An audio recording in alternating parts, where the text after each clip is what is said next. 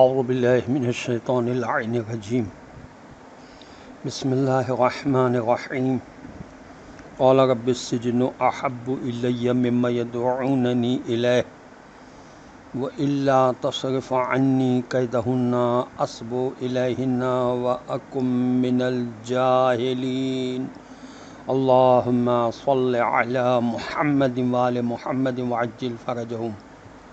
السلام علیکم ورحمۃ اللہ وبرکاتہ۔ اللہ تبارک و تعالیٰ کا شکر ہے کہ سورہ مبارکہ یوسف علیہ السلام کی آیت نمبر 33 کی تلاوت کا میں نے شرف حاصل کیا، جس کا ترجمہ یہ ہے کہ یہ سن کر یوسف علیہ السلام نے کہا، اے میرے پالنے والے مالک، قید خانہ مجھے زیادہ پسند ہے اس کام سے جس کی طرف یہ عورتیں مجھے بلا رہی ہیں، اور اگر تو نے مجھ سے ان کی چالاکی کو دور نہ کیا تو میں ان کی طرف جاؤں گا اور جاہلوں میں شامل ہو کر رہوں گا۔ نیز یہ کہ اس آیت کے آئینے میں حضرت یوسف علیہ السلام کے کردار کی پختگی کو ملاحظہ فرمائیں، جس سے نبوت کی عظمت سمجھ میں آتی ہے کہ ایک نوجوان اپنی بھرپور جوانی کے ساتھ موجود ہے اور دوسری طرف حسین ترین عورتیں اس کو پھنسانے کے لیے جال پہ جال پھینک رہی ہیں۔ جدھر دیکھتا ہے گناہ اپنی ساری خوشنمائیوں اور دل فریبیوں کے ساتھ دروازے کھولے اس کے منتظر ہیں۔ حسن خود دعوت گناہ دے رہا ہے، رات دن 24 گھنٹے وہ اس خطرے میں بسر کر رہا ہے اگر ایک لمحے کے لیے بھی اس کے ارادے میں ذرا سی بھی کمزوری پیدا ہو جائے تو گناہ کے بے شمار دروازے اس پر کھل جائیں۔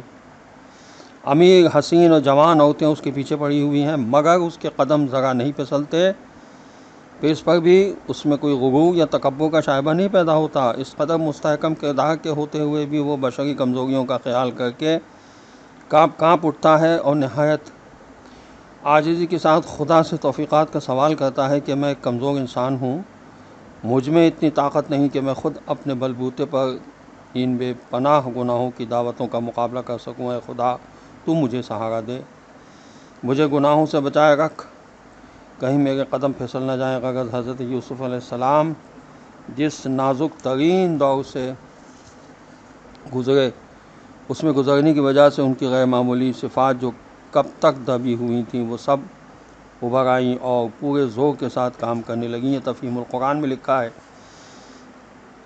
خدا کا مقصد بھی یہی تھا کہ حضرت یوسف علیہ السلام کو خود اپنی صلاحیتوں کا اندازہ ہو جائے۔ نمبر 2، ان کی صلاحیتیں بیدار ہوں۔ نمبر 3، عالم انسانیت کے سامنے ایک پاک نمونہ زندگی پیش کیا جا سکے۔ نمبر 4، خدا کی معرفت، شکر اور خوف الہی کے عملی معنی معلوم ہو سکے۔ نمبر 5، نبوت کی عظمت کا احساس اجاگر ہو جائے۔ نمبر 6، امتحانات اور نازک حالات سے گزرنے کا طریقہ، مقصد اور فلسفہ دنیا کو معلوم ہو جائے۔ خوب خیال رہے کہ حضرت یوسف علیہ السلام جیل خانے کی دعا میں صرف یہ عرض کر رہے ہیں کہ زناکاری یا گناہ کرنا مجھے جیل کی سختیوں سے بھی زیادہ ناگوار ہے۔ اس جملے پر عرفا نے لکھا کہ مصیبت کو گناہ پر ترجیح دینا یا اختیار کرنا صدیقین کا شیوہ ہوتا ہے۔ نمبر 2، نیز حضرت یوسف علیہ السلام کا خدا سے دعا کرنا بتاتا ہے کہ صدیقین اپنے تقویٰ پر بھروسہ نہیں کرتے، وہ خدا سے مدد مانگتے ہیں کہ خدا کی توفیقات ہمارے شامل حال ہوں تو وہ خود کو گناہ سے بچا لیں گے۔ نمبر 3، یہ کہ گناہ کے اسباب اور ذرائع سے بھی بھاگتے رہنا سعادت مندوں کی نشانی ہے۔ یہ تفسیر ماجدی میں لکھا ہوا ہے۔ مرشد تھانوی نے لکھا کہ حضرت یوسف علیہ السلام کی یہ دعا کسی بھی طرح ان کی عصمت کے منافی نہیں، اس لیے کہ انبیاء علیہ السلام کی عصمت خدا کی حفاظت ہی کا نتیجہ ہوتی ہے۔ انبیاء کرام علیہ السلام کی نظر ہمیشہ اصل مؤثر پر ہوتی ہے، اسی لیے وہ کبھی اپنی عصمت پر اعتماد، ناز یا فخر نہیں فرمایا کرتے۔ یہ علامہ تھانوی نے لکھا۔ آخر میں حضرت یوسف علیہ السلام کا فرمانا، اگر تو نے مجھے ان عورتوں کی چالاکی کو دور نہ کیا تو میں ان کی طرف جھک جاؤں گا اور جاہلوں میں شامل ہو جاؤں گا۔ اس آخری فقہ نے بتا دیا کہ تقویٰ اور خدا کی اطاعت کی ضد کو جاہلیت کہتے ہیں۔ نیز یہ بھی معلوم ہوا کہ جاہلیت کا تعلق سراسر کردار سے ہے، کتابوں کے رٹ لینے سے تو عالم نہیں بنتا۔ خدا کی توفیق کے بغیر تقویٰ یا اطاعت ممکن ہی نہیں ہے۔ اللہ تبارک و تعالیٰ کا شکر ہے کہ ہمیں اللہ کے رسول صلی اللہ علیہ وسلم جیسا رسول خدا کی طرف سے نعمت کے طور پر ملا۔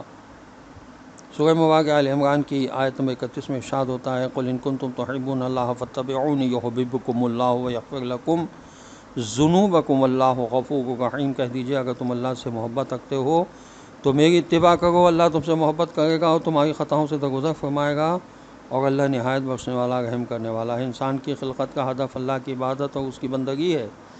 یہ ہدف اللہ تعالیٰ کی طرف مکمل توجہ، عبادت اور زندگی کے دوسرے شعبوں میں اخلاص کے بغیر حاصل نہیں ہو سکتا۔ اخلاص ایک قلبی عمل ہے جس کا تعلق انسان کے دل سے ہے، لہذا انسان کی خلقت کا ہدف یہ ہے کہ وہ دل و جان سے خدا کی طرف متوجہ رہے۔ دوسرے لفظوں میں انسان کی خلقت کا مقصد محبت الہی ہے۔ یہ محبت دو طرفہ ہے، یعنی اللہ تعالیٰ صرف لوگوں کو دوست سکتا ہے، صرف ان لوگوں کو دوست سکتا ہے کہ جو اللہ تعالیٰ سے محبت رکھتے ہیں۔ مذکورہ آیت اس حقیقت سے پردہ ہٹاتی ہے کہ اللہ تعالیٰ صرف ان مومنین سے محبت کرتا ہے جو پروردگار کی محبت کو رسول اللہ صلی اللہ علیہ وسلم کی اطاعت و پیروی سے جوڑتے ہیں۔ لہذا انسان کی خلقت کے ہدف تک رسائی حضرت صلی اللہ علیہ وسلم کے نقش قدم پر چلنے سے میسر ہوتی ہے۔ امام صادق علیہ السلام کی یہ حدیث اصول کافی کی جلد 8 صفحہ 14 پر ہے، اور پہلی حدیث ہے کہ جو شخص جاننا چاہے کہ اللہ تعالیٰ اس سے محبت کرتا ہے تو وہ اللہ تعالیٰ کی اطاعت اور ہماری پیروی کرے۔ مومن کی اصلاح ہمارے معاشرے میں عام ہے، مومن کی اصطلاح ہمارے معاشرے میں عام ہے۔ ہر کس و ناقص کو مومن کہہ دیا جاتا ہے، کوئی معرفت رکھے نہ رکھے، عمل کرے نہ کرے، مومن ہے۔ لیکن مومنین کے مولا جن کی ہر بات ہمارے لیے حرف آخر ہے، جب آپ علیہ السلام سے ایمان کے بارے میں سوال کیا گیا تو آپ علیہ السلام نے فرمایا ایمان دل سے، معرفت زبان سے، قرار اور اعضاء و جوارح سے عمل کا نام ہے۔ السلام علیکم ورحمۃ اللہ وبرکاتہ۔